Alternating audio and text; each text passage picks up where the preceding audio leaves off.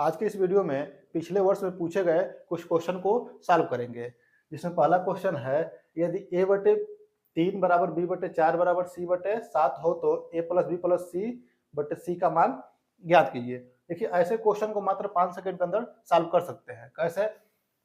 यहाँ देखिए जब a बटे 3 बराबर b बटे 4 बराबर c बटे 7 दिया है तो इसमें a का मान 3, b का मान 4 और c का मान 7 इसमें रख दें।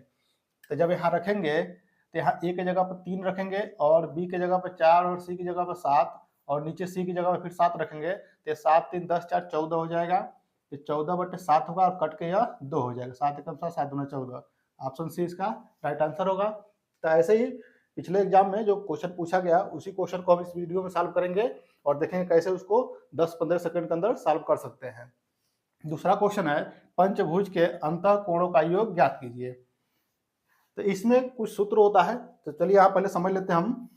जैसे देखिए त्रिभुज है तो त्रिभुज के तीनों अंतः कोणों का योग जो होता है 180 डिग्री होता है और त्रिभुज में 3 भुजा होता है। त्रिभुज में 3 भुजा होता है तो आप याद रखिएगा जब भी पंचभुज पूछे, चाहे त्रिभुज पूछे, चाहे पंचभुज, षष्ठभुज, अष्टभुज कुछ भी पूछे तो उसमें से क्या करते हैं, भुजा जितना भी भुजा होगा उसमें से 2 भुजा घटाकर 180 से गुणा कर देते हैं। जैसे त्रिभुज है, त्रिभुज में 3 भुजा है तो 2 भुजा घटाएंगे तो 1 भुजा होगा और 180 से गुणा कर देंगे तो त्रिभुज के अंतः कोण का योग 180 डिग्री आ जाएगा।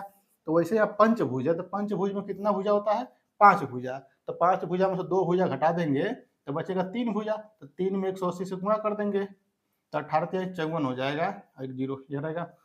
तो 540 डिग्री ऑप्शन बी इसका राइट आंसर होगा। तो इसे याद रखिएगा जितना भुजा उसमें होगा अंतः कोण पूछेगा तो उसमें 2 भुजा घटा के 180 से गुणा कर देंगे। चलिए अगला क्वेश्चन देखते हैं। तीसरा क्वेश्चन है 5 सेमी भुजा वाले एक घन के सभी फलकों पर रंग लगाया जाता है। यदि इसे एक घन सेमी वाले घनों में काटा जाता है तो एक घन सेमी वाले कितने घनों में केवल एक ही फलक पर रंग होगा। तो ऐसे क्वेश्चन को देखिए, पहले तो देखेंगे 5 सेमी का एक घन है और उसको 1 सेमी भुजा वाले छोटे घनों में काटा गया है।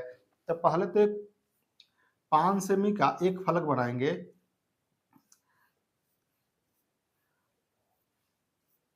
ये देखिए यहाँ पे 1 2 3 4 5 ऐसे हो गया, फिर 5 ऐसे भी होना चाहिए।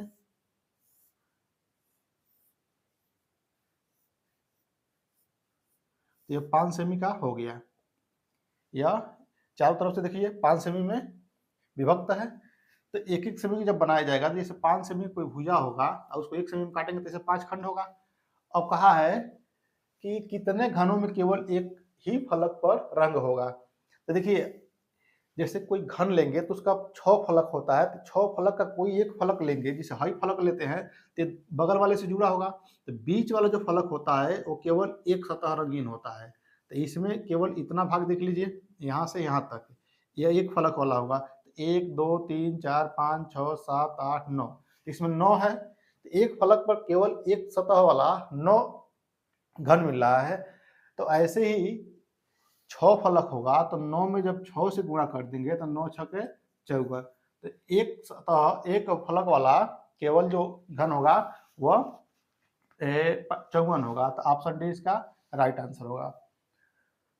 चौथा क्वेश्चन है 7 + 2 कौड़ी में 10 का वर्गमूल है। ये पिछले वीडियो में इस पर बताए भी थे कि जब भी यहाँ 2 रहेगा तो यहाँ वाले नंबर को 2 भागों में तोड़ेंगे और इस प्रकार तोड़ेंगे गुणा करने पर या 10 आना चाहिए, जो यहाँ कौड़ी के अंदर होगा वो आना चाहिए। तो 7 को जब तोड़ेंगे तो 2 + 5 में जब तोड़ देंगे तो 5 दूना 10 हो जाएगा और जोड़ने पर यह नंबर आना भी चाहिए। तो 5 2 7 भी हो जाएगा और 5 दूना 10 भी हो रहा है और दोनों जगह जब कौड़ी लगा देंगे तो यही सवाल का आंसर हो जाएगा। तो देखिए कौड़ी में 2 प्लस कौड़ी में 5 कहाँ है, तो कौड़ी में 2 प्लस कौड़ी में 5, यह इसका राइट आंसर होगा। तो उम्मीद है क्वेश्चन आप अच्छे से समझ पाए होंगे। चलिए कुछ और क्वेश्चन देखते हैं। पांचवा क्वेश्चन है जो संख्या दिया गया है को आरोही क्रम में व्यवस्थित करना है। 4 ऑप्शन है। तो देखिए यहाँ पे कौड़ी में 3 है और यहाँ पे जो 4 पे 3 घात की कौड़ी है और यहाँ 5 पे 4 घात की कौड़ी है।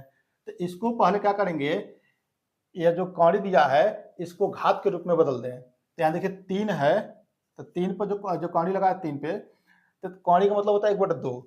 तो 1/2 इस पर घात हो जाएगा और यहाँ 4 पे 1/3 हो जाएगा और यहाँ 5 पे 1/4 हो जाएगा। अब देखिए 2, 3, 4 का एलसीएम लेके इसमें गुणा करेंगे, तो जब एलसीएम लेके गुणा करेंगे इस घात पे तो 12 एलसीएम आएगा, तो 12 से इसमें गुणा करेंगे तो 2 से 12 कट के 6 हो जाएगा, और यहाँ 3 से कट कर 3 चौको 12 4 हो जाएगा, और यहाँ 4 से 12 कटेगा 3 हो जाएगा। अब इसको घात के रूप में जो दिया है तो इसको सिंपल संख्या में बदल दें, तो 3 को 6 बार लेके गुणा करेंगे, तो 3 को 6 बार लिखेंगे, तो 3 को 3 बार लिखेंगे, 3 गुणा 3 गुणा 3, 3 3 9 3 27 होगा, और 27 गुणा 27 कर लें यहाँ पे, तो 27 गुणा 27 करेंगे तो यह 7 7 49 के 9 हो जाएगा, 7 दूना 14 और 4 18 हो जाएगा, और 2 7 14, 2 दूना 4 1 5 हो जाएगा। जोड़ लेते हैं 9 2 और 5 1 6 1 7 हो जाएगा, 729 हो जाएगा। तो यहाँ हो जाएगा 729, और इसको देखेंगे 4 चौको 16, और फिर 2 4 के गुणा करें तो 16, तो 16 का स्क्वायर 196 होता है, और इसका 5 25 25 25 125 है।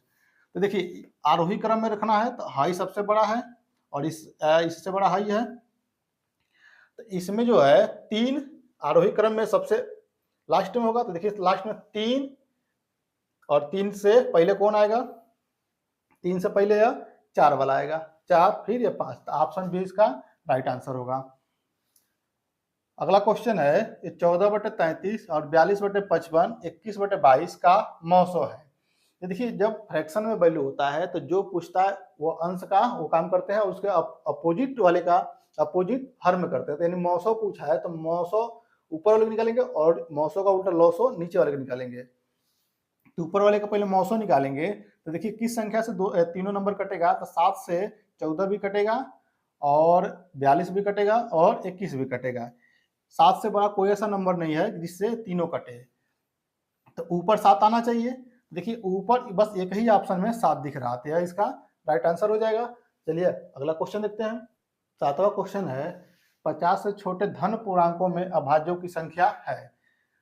तो देखिए 50 से छोटे धन पूर्णांक पूछा है, तो इसमें याद रखिएगा कि 1 से लेकर 100 तक जो अभाज्य संख्या होता है वो 25 होता है। 1 से लेकर 100 तक 25, अभाज्य संख्या की संख्या जो होता है 25 है, और 1 से 50 तक ये 15 होता है, और 1 से 25 तक अभाज्य संख्या जो होता है टोटल जो होता है वो 9 होता है। तो इसे याद रखिएगा 1 से 100 तक अभाज्य संख्या अगर पूछेगा तो 25, और 1 से 50 तक 15, और 1 से 25 तक 9 होता है। तो इसमें 50 से छोटा पूछा है, यानी 1 से 50 तक पूछा है तो 15 होगा, तो ऑप्शन डी इसका राइट आंसर होगा।